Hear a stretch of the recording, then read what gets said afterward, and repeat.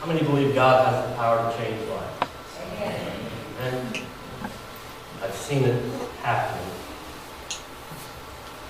And in the middle of watching God change lives, something else has dawned upon me. And that is the reality of pain. We live in a crushed culture.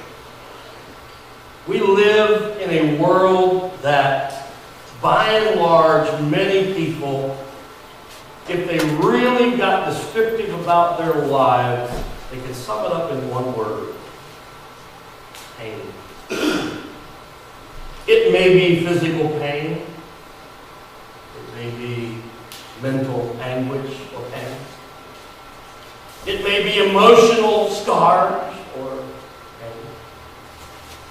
It may just be life. Painful to live.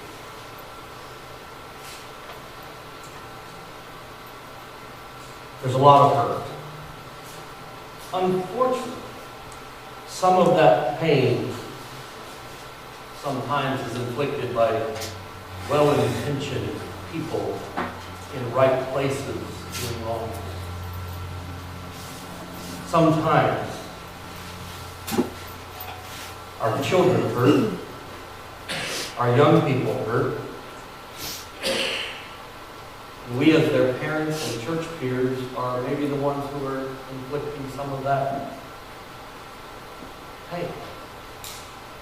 We who are the responsible adults. But then I've come to realize that there are a lot of hurting, resentful, embittered, wounded, so-called responsible adults. We hurt too. And everywhere you turn, there's a world of hurting people, and there's a lot of need for mercy and for understanding and for kindness. Unfortunately, sometimes the church, where that place is supposed to be a place of security and safety and tranquility,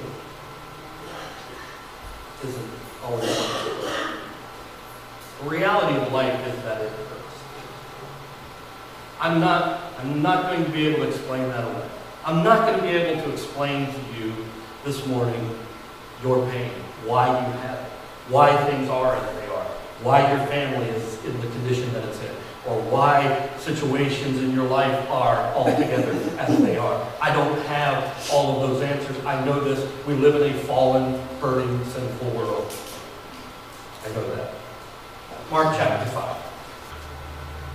This story is reality.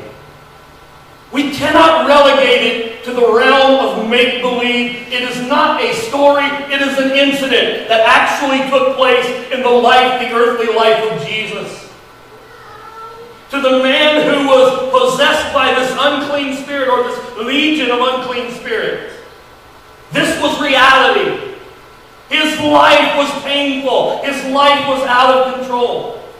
Now, the first thing as I look at this passage, immediately any of us can recognize the painful realities of sin. Unfortunately, too many times we only recognize those painful realities of sin when they go as far as legion. We fail to see the painful reality of a little sin. First thing that I notice about the painful realities of sin is it creates an overwhelming uncleanness in our spirit. Adding sin to sin, our spirit becomes more tainted and more contaminated and more unclean.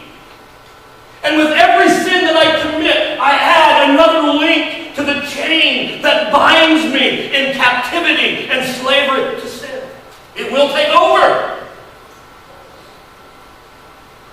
When that happens, normal life becomes out of reach.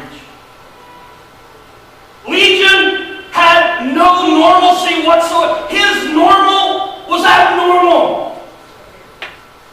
His normal day was a day filled with painful reality. The internal bondage is greater than external bondage. Shackles were nothing for him because of the torment that sin had created on the inside of him.